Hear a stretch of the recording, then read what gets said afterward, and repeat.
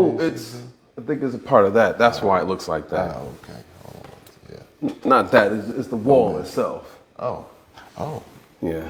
Hey, welcome to our... We're on? We're on. Welcome to our Friday Flex. This is your host, Keith and Joseph. So we are with you today on our second episode of Mind Control.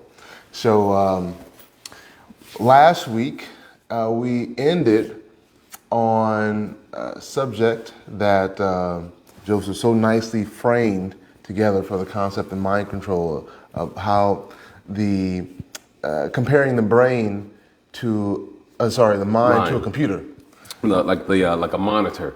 Because sometimes, or just put it this way, let's just back up for a moment. Take a car, right? Okay. How do you know what your car is going through? Meaning, how do you know if you need gas? How do you know if you need a new battery? How do you know if the engine is overheating? You have that interface there that with these newer cars, especially the electric vehicles and so forth, it's all fancy, look like you're on Star Trek Enterprise, what is that, the Ebenezer, whatever, Nebuchadnezzar or something like that. I can't remember the name of these things, but yeah, that dashboard, it lets us, who is sitting in the driver's seat, it lets us know what is actually happening with the vehicle. We get a better understanding or idea. Just like if you're backing up, right? You have a backup camera, so as you're backing that thing up, you know how close you're getting to another bumper. If you know the song Grace Jones. Pull up. Pull up to my bumper. Don't say anymore. Don't say anymore. I'm done. Don't say anymore. But basically, the mind is very much like a monitor or TV screen or something of that sort. And it lets us know what is happening based on what our senses, whether our eyes, our nose, our tongue, mouth, you can say, our ears, what we're feeling and acquiring, again, knowledge acquiring senses. It gives us a perception. It doesn't necessarily mean it's telling us the truth. It just means that we're getting a certain idea or perception. Just like for some people, if they step on a beach and the sand is all nice and fine, or just a beach in general. What'd you call it? The sand. Well, if you act like one.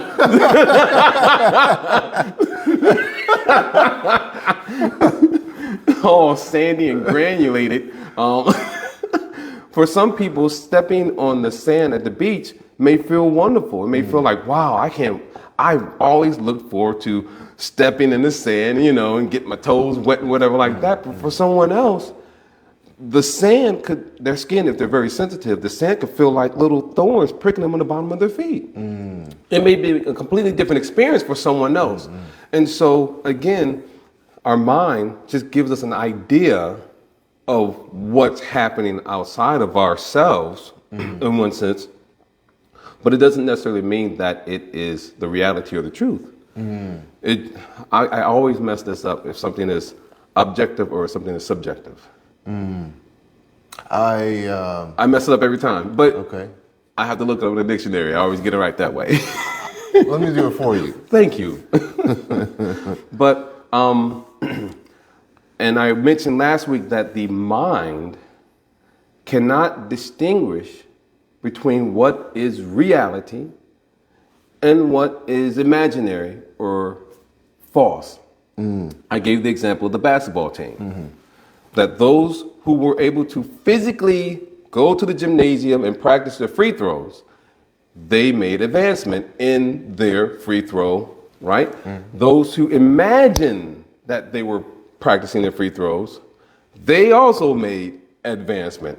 Again, that study wasn't to determine if the mind can, decide what's real or not, but it just so happened that result came out of that experiment, that the mind cannot distinguish between what is real and not real. Just like you had the one experience when you were at Home Depot and you thought that the person was ignoring you. and you were just feeling a certain way about it, like this person is ignoring me, an employee, and you thought that he was doing you, wrong, that his behavior was not correct, and he, in fact, if I recall properly, that he actually helped someone else, even though you were. No. He didn't help anybody else. Okay. After being summoned loudly, we just investigated a little bit more because he was looking straight ahead as we were calling, "Sir, excuse me, sir," and he was just going there clicking on the computer. And my wife's like, "I knew it," okay. So we kind of move a little further and we notice like he has hearing aids anyway, there seemed to be other things going on outside of. Right. And so from your perspective, it appeared that he was ignoring you, but the reality is that he could not hear you. Yeah. In one sense. So it's appeared. Right. Yeah.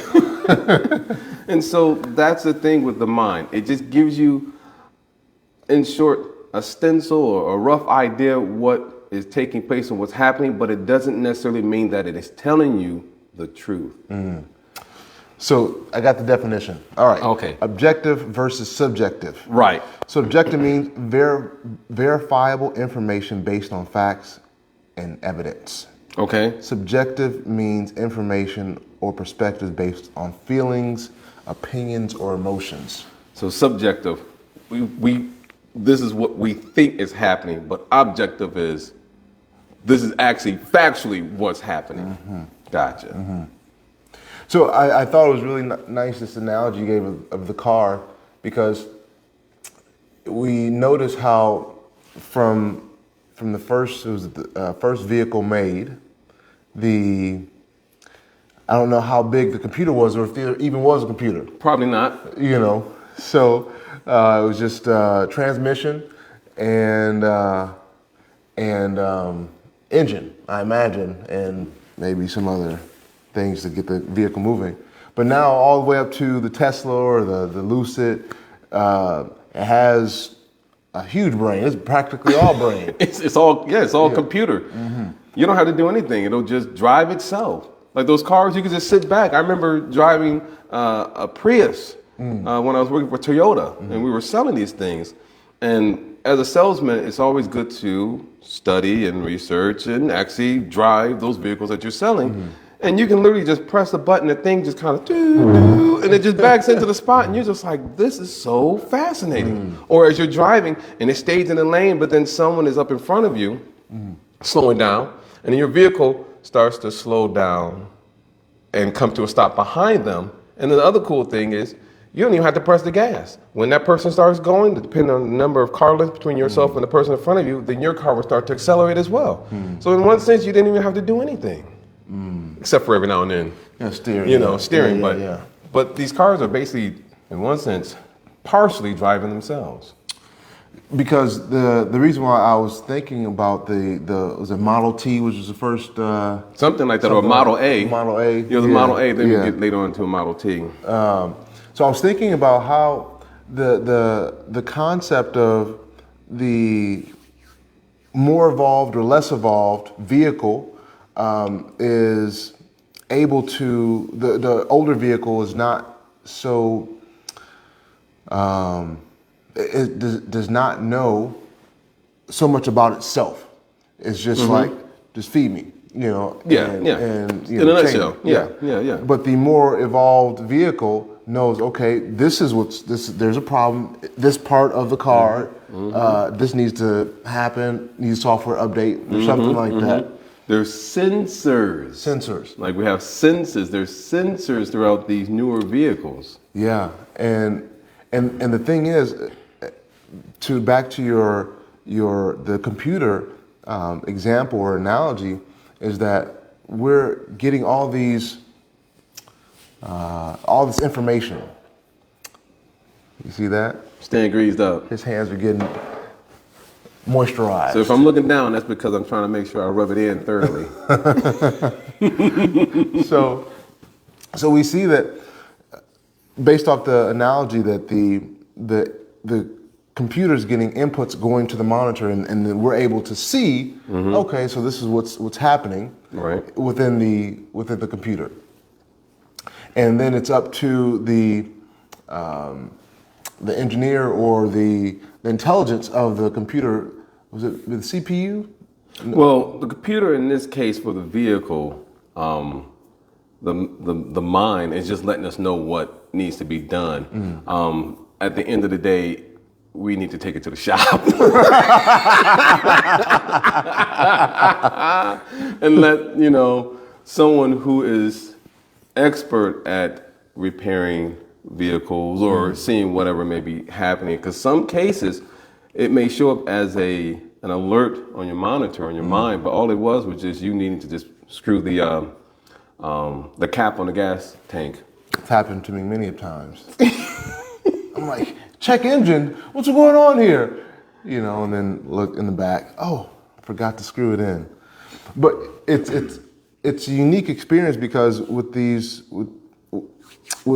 the computer, it's getting all these inputs.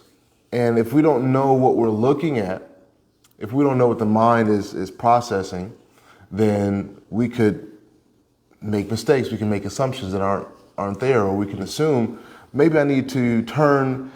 Maybe my computer has a virus, or something's going on, and it may not have a virus, or whatever the symptoms are. But just like this human body, this mind receives so many inputs from, as we talked about, the senses.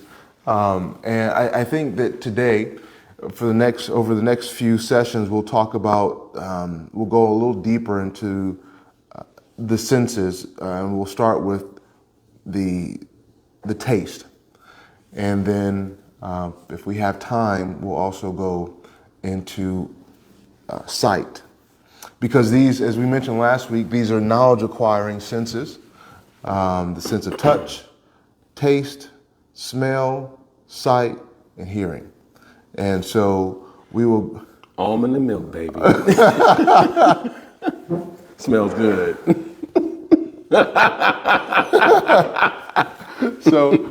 So we have these different senses, and these all acquire knowledge.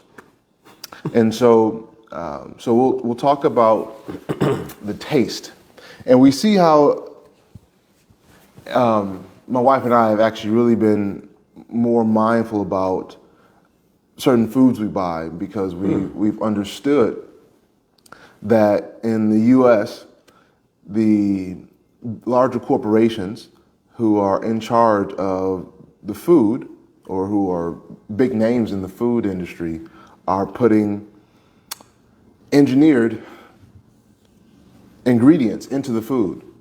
And so when you do more research, you find that these engineered corn, these engineered oil, these engineered soybeans, or canola, they keep going. Yeah, the list is big. These engineered items, what they're doing is they're decreasing your health. Because your body's not getting what it thinks it's getting. And so therefore,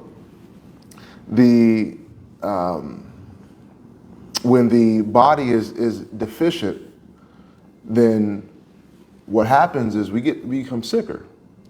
And that sickness allows the medical corporations to capitalize off of our declining health. Exactly. Because of what's going in our body.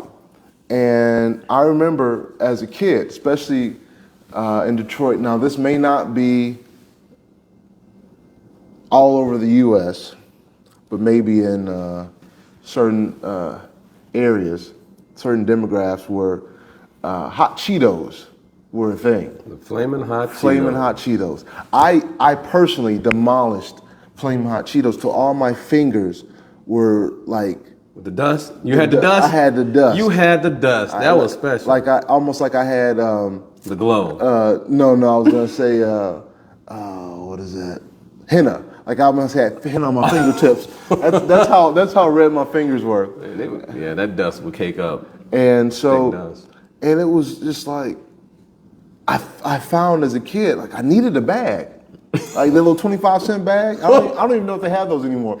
They're probably 50 cents They're now. 50 cents now. So I would go after school. That was my ritual. I would go get the flaming hot Cheetos, and if I had a little more money, like if I had $1.50, I'd get the big bag, and I try to finish it before I got home.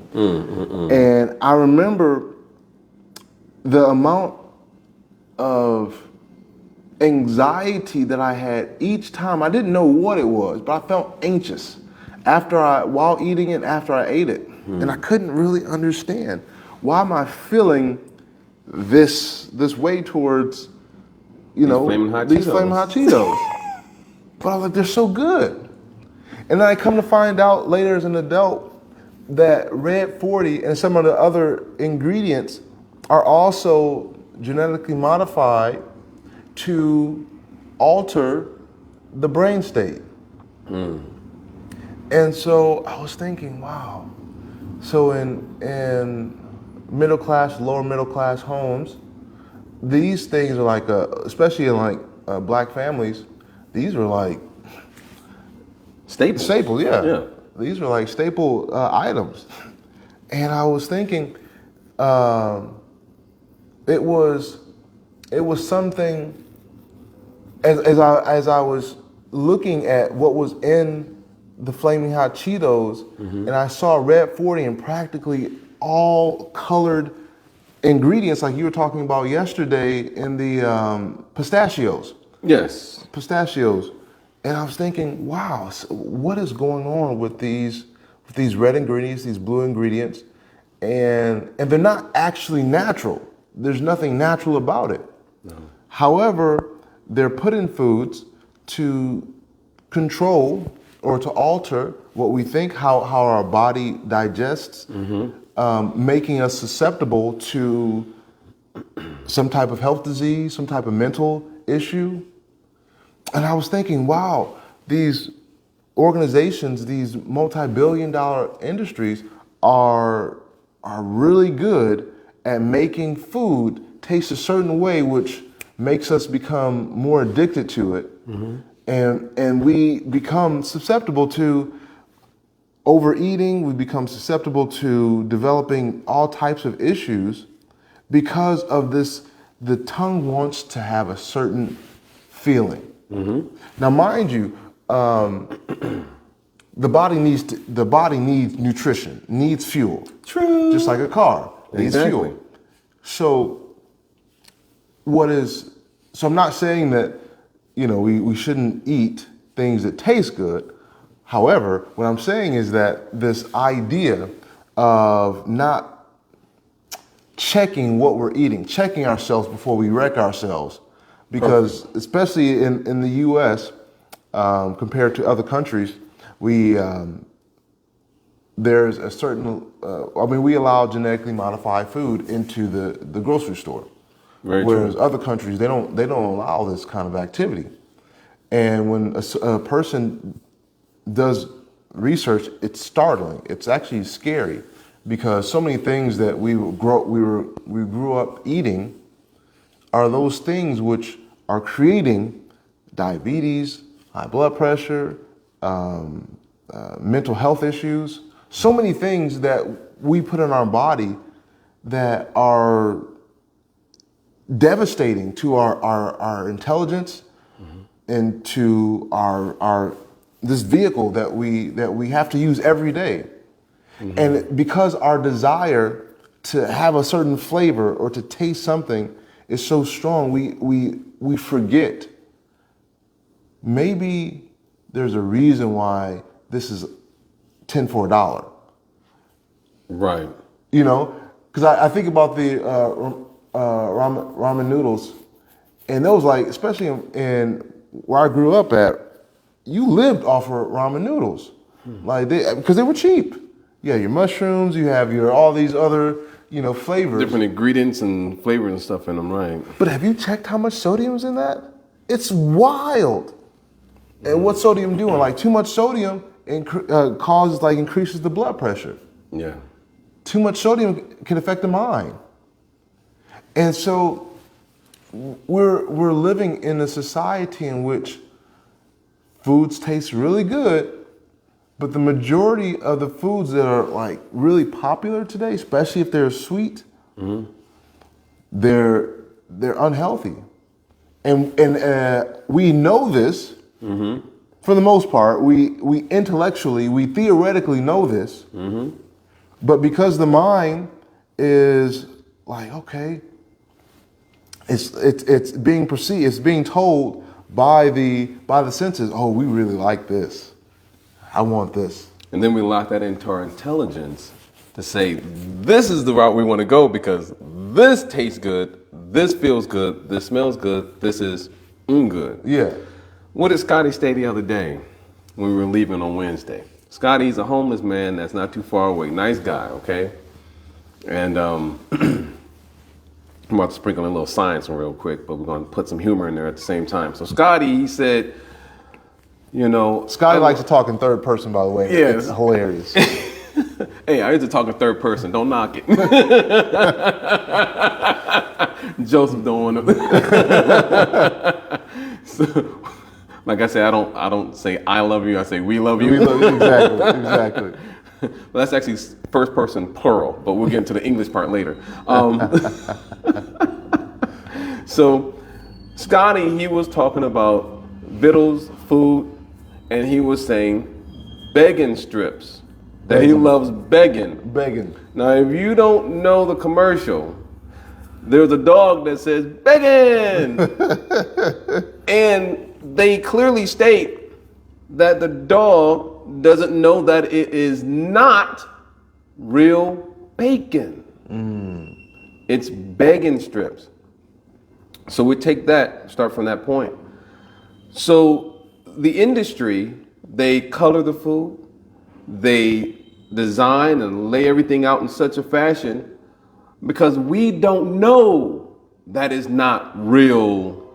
It could be whatever it is. Hot dogs. Or anything. So to dive into it further, the tongue has different tastes. Something sweet, something salty, something sour. You know, there's different regions on the tongue. If something's bitter, there's a reason for that on your tongue to let you know, wow, this is bitter or this is sweet, salty, sour, like so. So thing is, let's take something that's sweet. You can, so on your tongue, there are obviously receptors. And they themselves they're very much like a lock. Just like you have a lock on a house, right? They're like a lock. And the sugar molecule fits into that specific lock. And that's how you know, wow, this is sweet. But let's say, for instance, when you make a copy of that sugar molecule, and you can make it out of a very hard plastic. Most keys, like most locks, come with a set of keys, right? That specific to that lock. But let's say you make a fake key out of a hard type of plastic. It's not even metal. You can still slide into that lock and still unlock that lock with a fake copy of that key. And so I'm going to give a shout out to a professor at Wayne State University, Dr. Regina Zybuck. We spoke about sugar. Again, we're talking about sweetness. It's the sweet one. So sweetness. So sugar. There are artificial sweeteners that mimic real sugar molecules. You can call it equal, sweet and low. You know, all these artificial sweeteners, they mirror a sugar molecule. But the issue is that within the last 100 years, has there been any scientific research in terms of not only short-term, but long-term effect on the fate and transport of these artificial sweeteners in the human body? There really has not been. And this is me having a conversation with my chemistry professor in the university. And she was pointing out very clearly, no, there has not been sufficient research. And so here we are not putting in an actual sugar that the human body can properly break down and metabolize. Now we're putting in an artificial sweetener, and we don't even know the fate. When we say fate, meaning how will this affect not only me on the cellular level, but what about my organs? Will it block up something? Will it give me, again, diabetes? Will it give me some type of, will it harm me in some way, shape, or form? There is not sufficient research on this.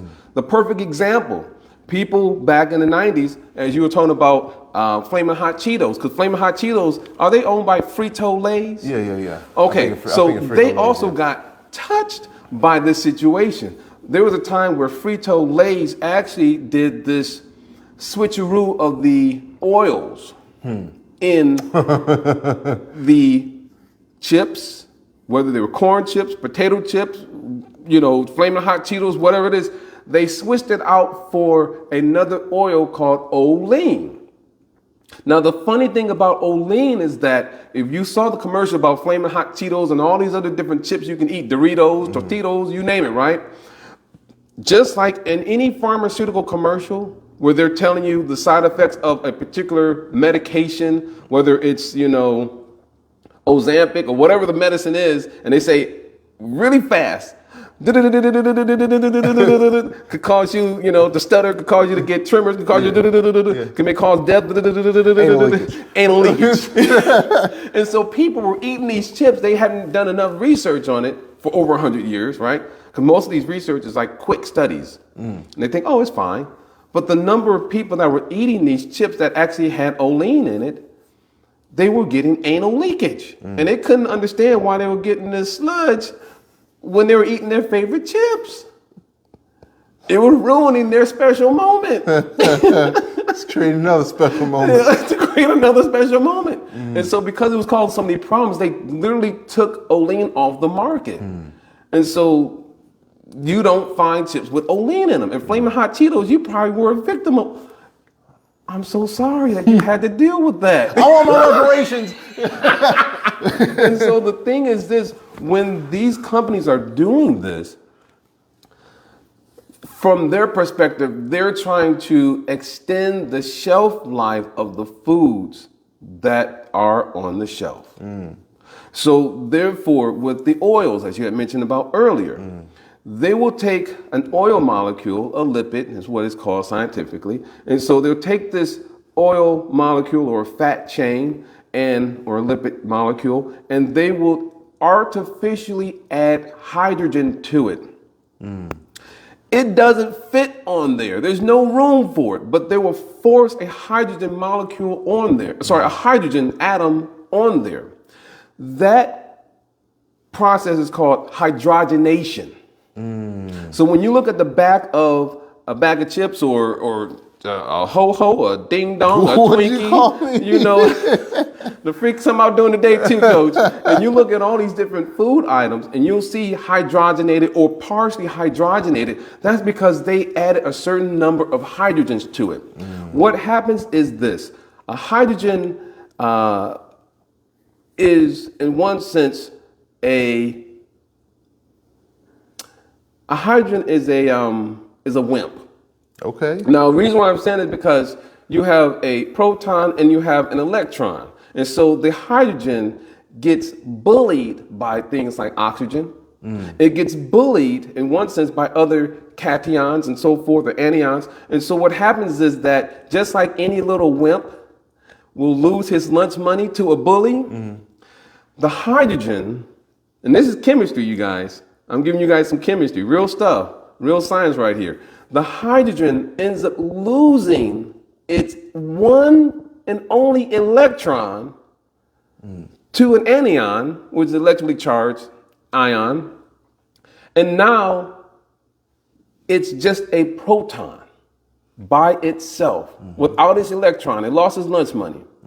And so what happens is it leaves the group and it is referred to by scientists as a free radical. It raises hell. It's like, you took my lunch money. And so you hear about people who feel a certain way and grade school, they feel like they're bullied, and so what? Some people either commit suicide, or some people come back and they start shooting guns in schools, right? So this free radical starts wreaking havoc in your body.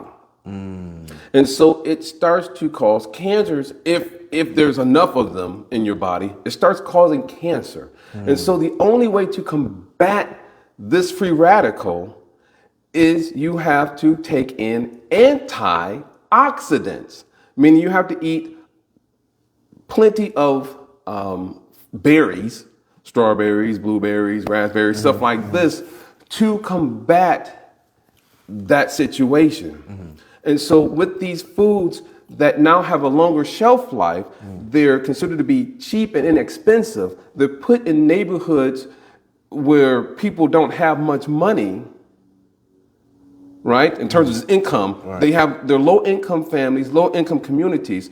These types of foods are put there. And so as human beings, we don't realize that these foods are actually hurting us and putting us that much more at risk for certain cancers and other diseases, as you have mentioned, diabetes, hypertension, or increased blood pressure, and so on and so forth. And so here we are dealing with these additional stresses in our bodies. So we have the internal stress, we have other exterior stresses and other factors that we're dealing with. And in one sense, you can say we are really in a battle. We are in a war zone, just like Arjuna is, speaking to Krishna in a battlefield.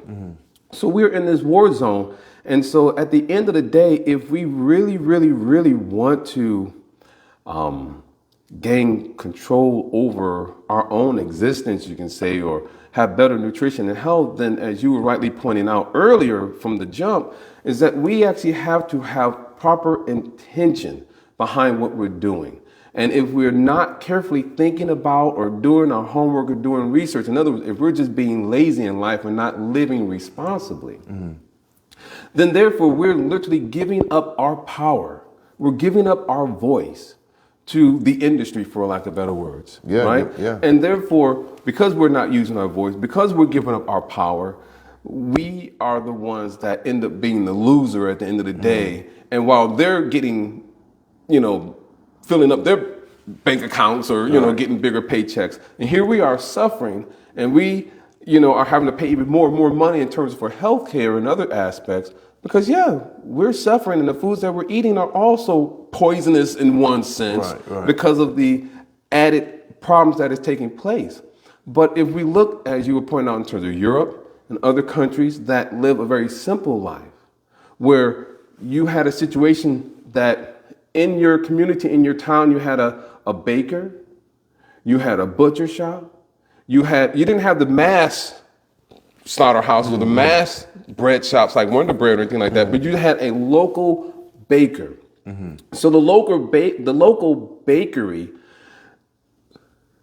flour, yeast, maybe salt, maybe sugar, maybe there's some butter. Like if someone puts butter in a croissant, right? Or whatever like that. You're going to have ingredients that you can actually recognize and that you're familiar with. Whereas if you look at a loaf of bread from the grocery store, you're going to find tons of ingredients and dough stabilizers and all these different things. And you're sitting there looking and preservatives, and you're trying to figure out, why do we need all these different preservatives? And from their perspective, you don't make money off a thing that expires or has a short shelf life. Because if you put so much money to that and it has a short shelf life and people are not regularly buying, right, you're losing money. And so that's the problem with these large businesses. Not saying that we cannot have huge businesses or anything of that nature, but it's just the quality at the end of the day is far from what is most beneficial for us so that we can function at our highest level, whether that's, again, nourishment, because if we're not eating properly, how can you function and think properly?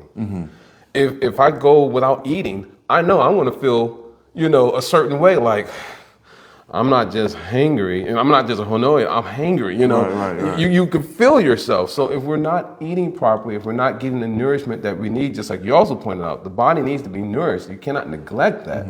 But we have to make sure that what we're taking in is going to provide our body the nourishment that we need. Otherwise, we're just doing ourselves a disservice, and there isn't really much that we can do for others or to speak of doing anything in our society. There was a couple comments that I wanted to read, and let's see here. That little scroller thing. I think Jennifer mentioned. Yeah, Jennifer right mentioned there, that it was in. I read the first few verses of chapter 17 of Bhagavad Gita this morning. This goes right with it. And then your mom rightfully put, she says, the chicken industry for at least the past 20 years have been using something that makes chickens larger, which has affected the taste of chicken. Chicken does not taste or smell like the chicken of my childhood. Yeah. Go ahead. I was going to say very briefly, I remember one time my mother, she knows I'm a vegetarian, but I don't necessarily knock her for eating meat. You know, she can eat whatever she wants. She's a grown woman. Yeah. And so we're in the grocery store, and she saw this chicken, and she's like, boy, that chicken gonna be good. I was like, Mama, don't buy it. The chicken didn't look right.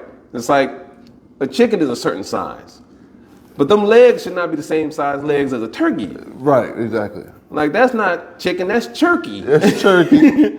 But she thought, let me go ahead and get it. Yeah. She buys it, she cooks it up. She took like a bite or two of it, she fried it up. It made it look beautiful, but just the taste of it was just not right. She was like, son, you was right. And it's because, again, in the food industry, they're putting so many chemicals, steroids, and so forth. The chickens are not even allowed to be chickens. Yeah, they're thickens. Thickens. Hey, you just be careful not to eating inappropriate foods, or you're gonna become a thicken yourself. So I was thinking, I saw a video. So what they're doing with the poultry is they're injecting it with some type of chemical or hormone, or whatever, and instantly the chicken expands its size maybe about 2 to 3 times. And you often see this in markets that are in a certain demographic and huge. And so people think as they're eating it, like, wow, I'm getting a good deal. He's like 5 for 5 or 5 for 2. You know, I'm not sure how much chicken costs these days, but 29 to 250. And so people are like, yeah, this is a great deal. So what's happening is, because of this taste, the sense of taste is like, I like chicken. Therefore, I don't care what they're doing to it. Let me go buy it. And so the mind is like, all right, yeah, that's fine, yeah. Because the intelligence is not set in to say, no, don't do that. That's bigger than a normal chicken. Why is it bigger than a normal chicken? Got to ask these questions. See, she said she threw that chicken away. But you ate it first, didn't you? She took a bite. She remembered. She was like, ugh, and she threw it in the garbage. Yeah. And so so when we're looking at the taste buds, if we are not in control of our tongue, then it doesn't matter what kind of warnings are on the labels. It doesn't matter what we know from studies that are proven. But it's like, nope, I gotta have this taste. I'll give you a solid example. When I was at Wayne State University, there's another shout out.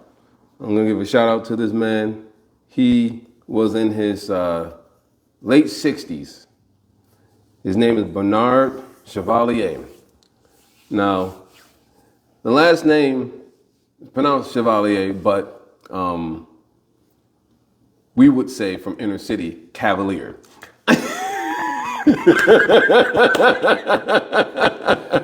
I see. We would say cavalier, but it's pronounced chevalier. And so take the tobacco industry. People who smoke cigars and other tobacco products, they like certain cigars because it has a certain taste, different tobaccos and stuff like that. And I'm not gonna lie, I didn't smoke tobacco, but you know, when my paternal grandfather used to smoke that pipe tobacco, I thought that was the greatest smell in the world, man. I was like, this smells good. And most of these people who smoke tobacco, especially pipe tobacco, like Black and Milds and so forth, which are very common in our communities, West Side, East Side, it's all around. All around. Some people like the taste of it, right? So Mr. Chevalier, what was very unique about him, first off, again, the reason why I'm giving a shout out to him is because of the fact that he actually went back to college to get his education. So, big ups to him. Now, how old he is right now, he's probably in his 80s now. But what was unique about Mr. Chevalier, very respectful man. And we were like the top 2 students in that class. It was a writing class, reading and writing class. And so what was really unique about him was the fact that he smoked tobacco for a long time, and he also used like a dip, right? Okay. And so when I met him, I noticed that he looked different than most people. And he shared with the classroom that due to tobacco products, that he lost his jaw and he lost the better half of his tongue. He didn't talk much. I mean, he did, but it was short. I don't mean to laugh, but thing is, he lost his jaw and a part of his tongue due to cancer. But he spoke very clear, like you could actually understand him, really. And so he spoke and he made sure that we understood that, yeah, people may think this feels good right now, or it may taste good. But thing is, as human beings, if you think about this very carefully, because this goes back to being a conditioned soul. Imperfect senses, we make mistakes, we're forgetful, and then what's that fourth one? Cheat or be cheated. Cheat or be cheated. And so thing is, part of cheating is also, we call that part of gambling too, taking risks. And so we're cheating ourselves, right? And so thing is, when we cheat ourselves and we take a risk, we think, since I do not see any immediate result, how can this be bad? Right? I don't see the immediate effect of this. So this can't be bad. And so by the time we realize, wait a second, this is bad, it's too late. In his case, by the time he realized it, he already had cancer of his jaw and of his tongue, and those got removed and amputated. It's too late. And so, in short, as we're talking about the tongue and taste, because it's going to be true for other senses as well, but specific to the tongue and taste, is that we have this habit of thinking, if I do not see an immediate result, meaning I don't see the immediate danger, that, wow, this is going to hurt me. Oh, that's no big deal if it's decades down the road. I can change later.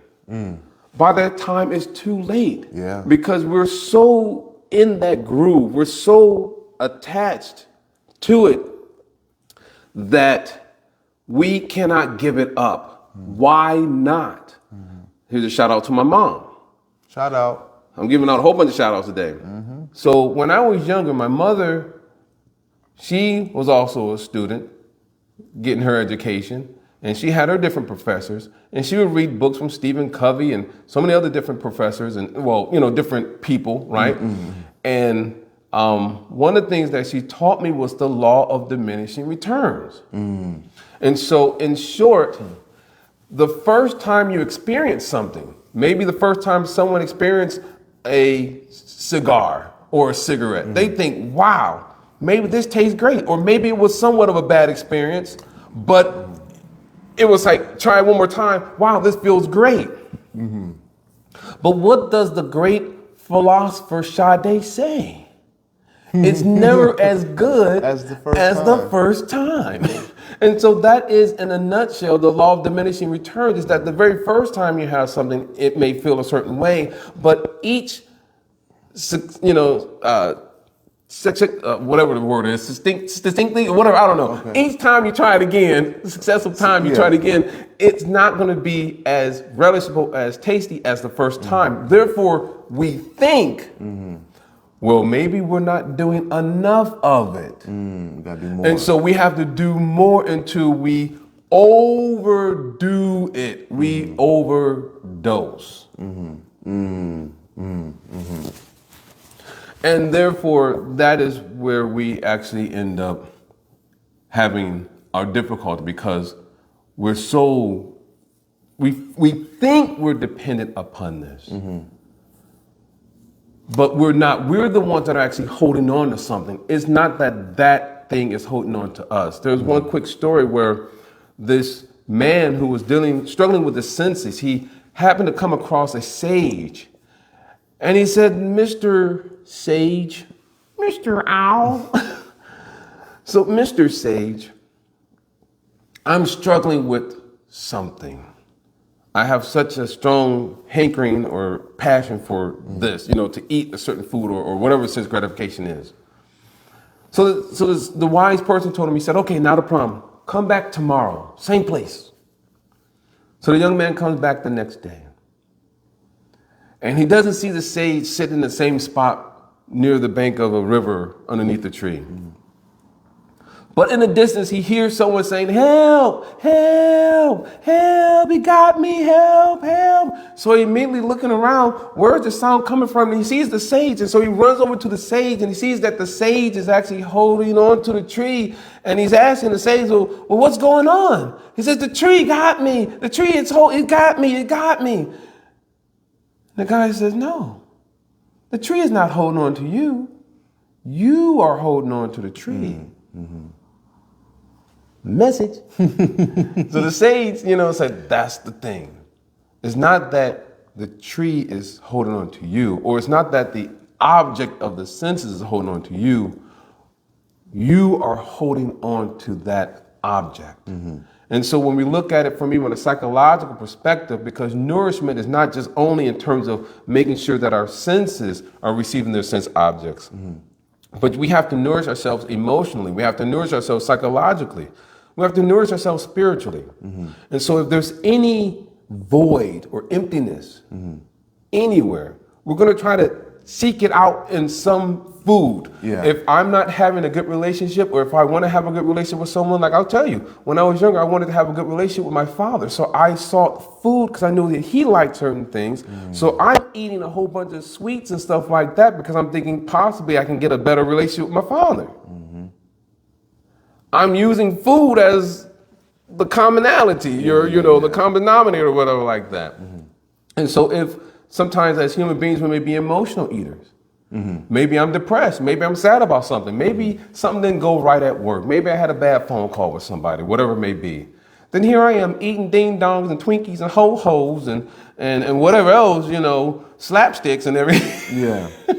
Sugar babies, eating sugar mamas, whatever them candies are, sugar daddies, whatever. Don't eat those. Don't eat those. Don't eat no sugar. Eating all this candy and junk food. And it's because we're thinking, here we are, I have this emptiness in my heart or in my life. Let me eat to fill that void. But it's not the food that's going to do it.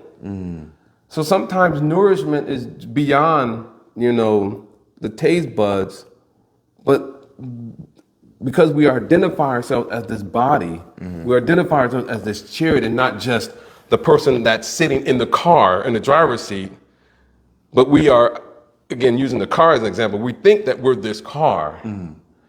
Then yeah, we think, man, that gasoline looking real good. That was it. E85. Oh, that diesel look good. That diesel looking real good. This morning when I was behind this F-350 and that diesel went I was like, man, that diesel truck sounding real good. Winding me up. It wound me up.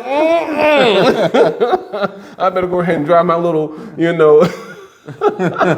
my low grade, unleaded, V4. my little four-cylinder. Four-cylinder. But thing is of that nature. If we think that we're this body, then we think that, yes, whatever my tongue says that I must do. And so it's just like when you go grocery shopping. You can be the father. You're going to experience this one of these days. And your little girl going to be like, Daddy, can we get this? Can we get that? Can we get that? And you have to control that sense. The tongue is very strong. Every commercial that we see, whether from hearing from other people, whether we see it in the news, whether we see it on TV, every single place we go is going to say, hey, you need this. This will make your life better. This will make you more popular amongst your friends. This will make you healthier. It may even say it's healthy. May say it. Like cigarettes back in the day. The doctors approve it. Doctor approved. Even babies approve it. Even the baby over there like, oh man.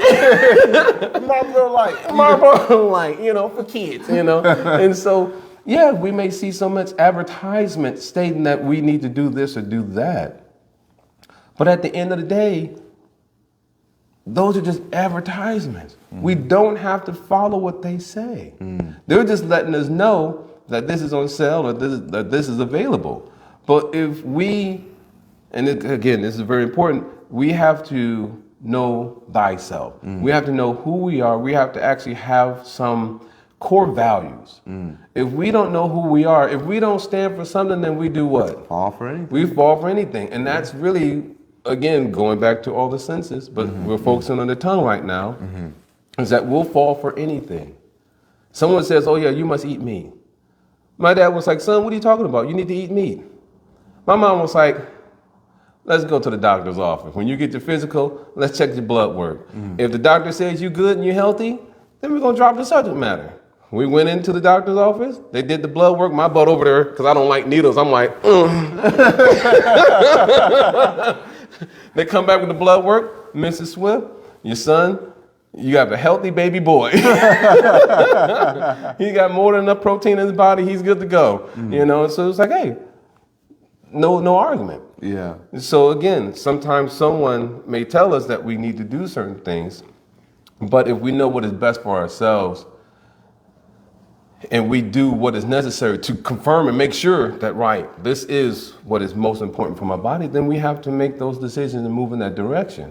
And we have to have core values so that we stand on that, live in our truth, and actually respect our decision.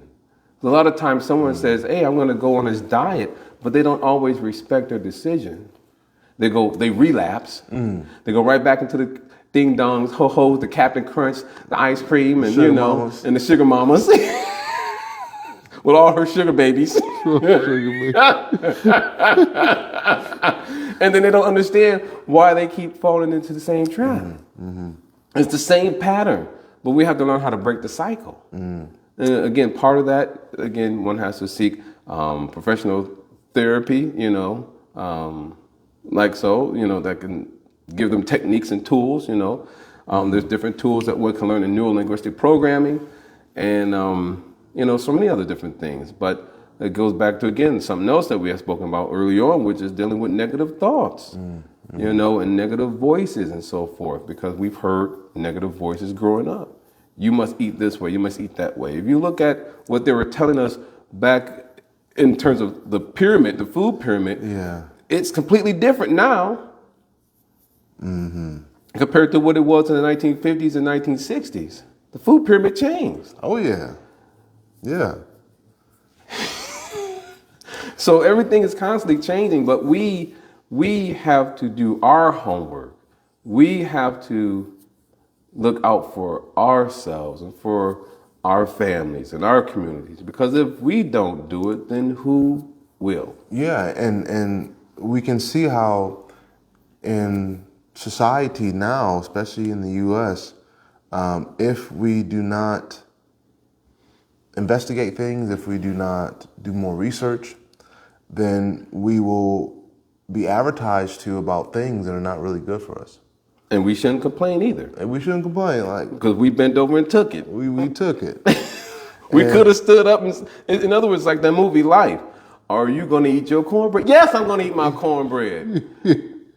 But if we don't say yes, then we're just letting someone take our cornbread. You going to eat your cornbread? I'm going to eat my cornbread. I don't know about you. And so I was thinking about how it's really deep. How this works is that I have someone very dear to me who was about to drink something, and I was like, "Hey, you don't want to drink that. It's not going to taste good." And I said, "Well, I don't drink it for the taste." You know, it was like I drink it for how I'm going to feel after. You know, this was, and so sometimes we may know that something may not be good for us. We may know that something is not going to be palatable, but because we get a certain feeling after. Now, this wasn't like a vitamin. This was not a vitamin. Let's be very clear. Or it's like I taste. It was not in that category of health benefits. And but it was something in which I remember. When I used to drink, the first time I drank, it was one of the hardest things you could drink, and it was about that after effect that I was looking forward to. Everybody said this is strong, it's really strong, so you just be prepared, you know. But you're feeling after, you'll be so inebriated, you know. That's what you want to look forward to. The buzz or something? The inebriation, yes, the buzz. And so I remember trying it, and I was like, wow, this is horrible. And an hour later, I was like, wow, you know, I'm myself. You know, I can say what I want. You know, I can do what I want. And so there was this, what they call liquid courage. Yep. You know, the liquid courage set in. And unfortunately, because this is an altered state of reality, this is an artificial state of reality. AR. Artificial reality. And so I saw how, due to the feeling, I would jeopardize certain things, myself, my surroundings, due to the feeling.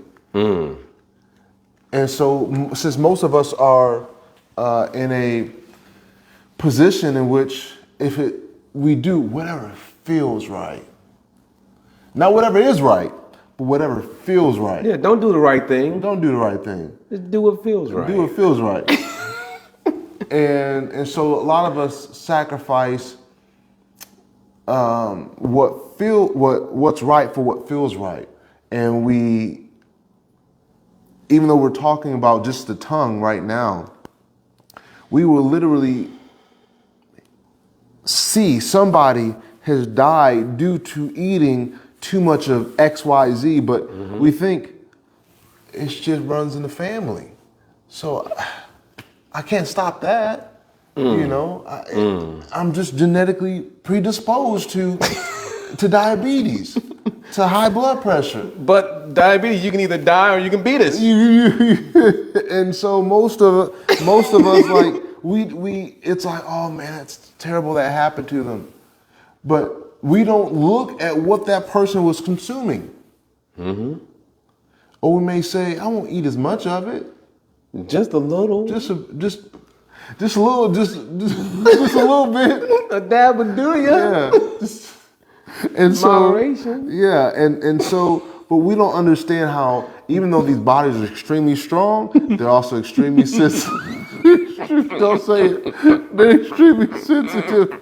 And so we forget that generally, yes, the family line may be predisposed towards certain things. However, more often than not, we're predisposed to the same eating patterns, the eating habits. And so if we come from a family where the soul food, where we're just like, that fried food is so good. Let me just get that fried food. And we don't think of what that fried food is doing or what it is that we're eating, but we're just so concerned with, oh, it's that taste. It feels so good. It feels so good. Good. Campbell's soup. Good. And so we're so used to being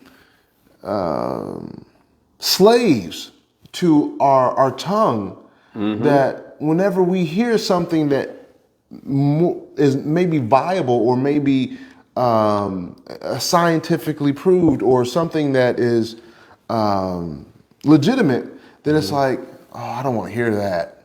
Let's turn that off because that is interrupting my taste bud. That is interrupting my relationship that I have with this particular food item. So despite whatever information as valid, as legitimate, as research as it may be, if there's no intelligence, then the mind will say, this can pass. This I will accept this. Right. But it takes intelligence to realize, oh, if I continue eating this, then there's a probability that I am going to experience these side effects. And these side effects are going to give me a lesson in humility. I'm about to pull your card real quick. Pull it. So what I hear you saying is,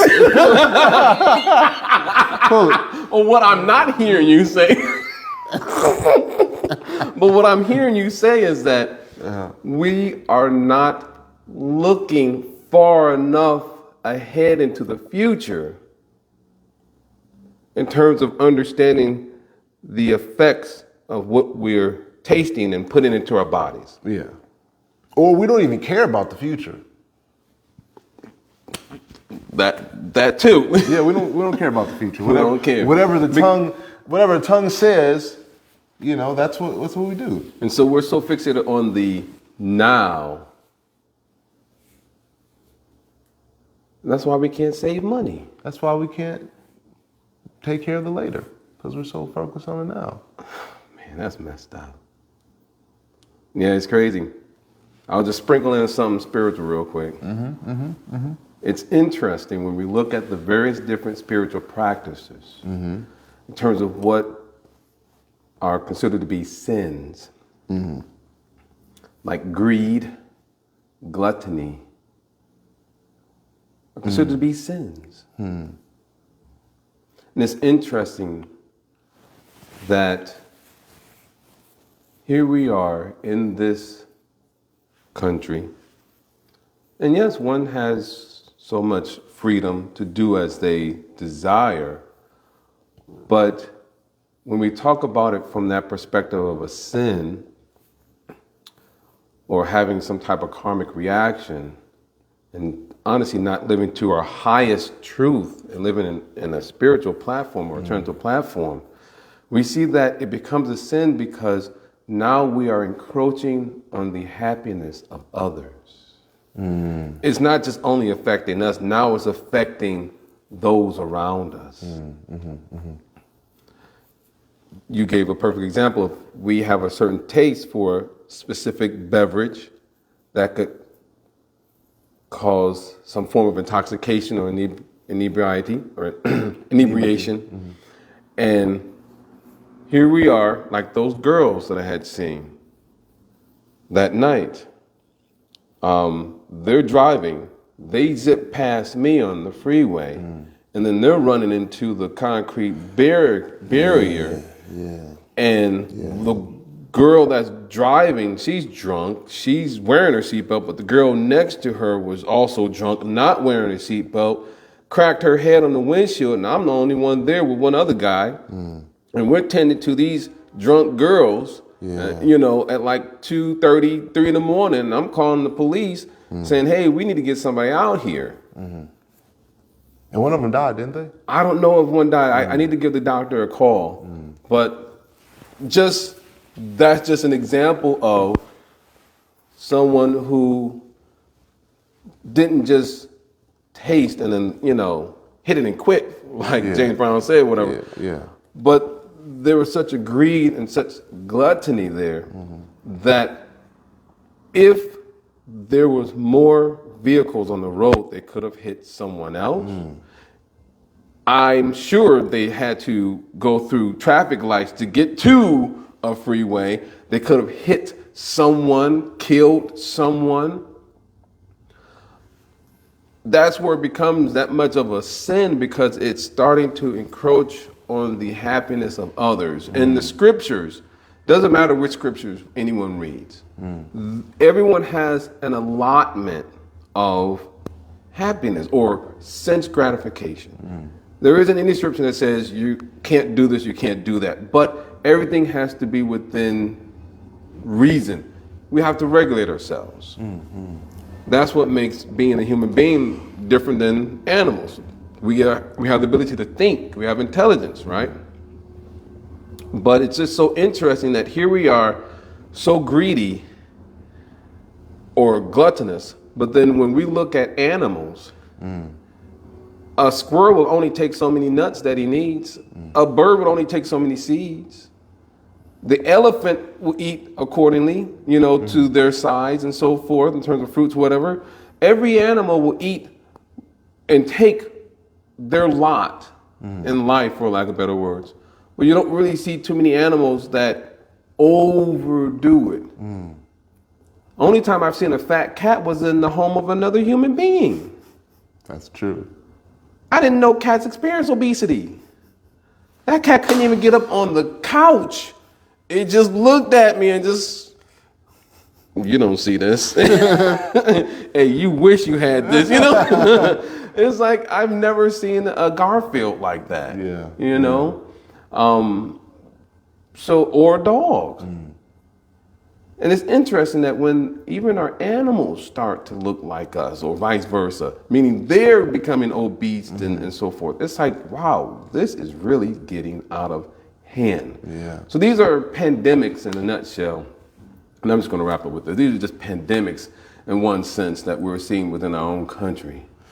Obesity or overeating or gluttony, because it tastes good, or it makes us feel a certain way. Yeah.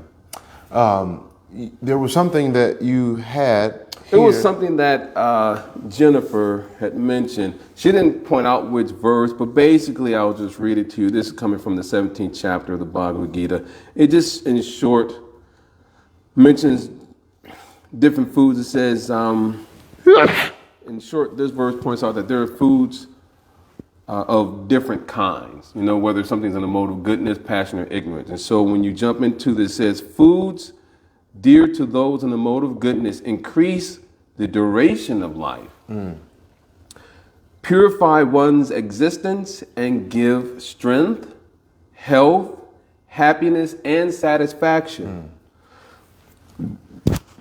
Whew. Excuse me. I'm still relishing my breakfast. Such foods are juicy, fatty, wholesome, and pleasing to the heart. Sounds like avocados to me. Sounds like avocados. The next one, it says, foods that are too bitter, too sour, salty, hot, pungent, dry, and burning are dear to those in the mode of passion. Such foods cause distress, misery, and disease.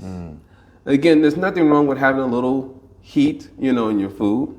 It's just saying if it's too much of it, it's too salty, it's too sweet, it's too spicy, those Carolina Reapers or, the ghost peppers and the other extremely hot, one chip challenge. You eat that stuff and you get ulcers. Yeah. You poke your eye out, kid. Anal busters. Ooh, flaming hot. And then the 10th one says, food prepared more than 3 hours before being eaten, food that is tasteless, decomposed, and putrid. Fun fact, so I just used the word decomposed and putrid, right? If you want to know a fun fact, go to your dictionary, go to your local dictionary, or Google it, Google it, whatever you want to do, and type in the word potpourri. Potpourri, you will see it means putrid pot. Crazy, isn't it? Fun fact. Anyway, decomposed and putrid, and foods consisting of remnants and untouchable things is dear to those in the mode of darkness. So that is what Jennifer was pointing out. So, yes, we went over probably by a little bit, a lot, but thank you all so much. There's a few comments. I'll just read the last two.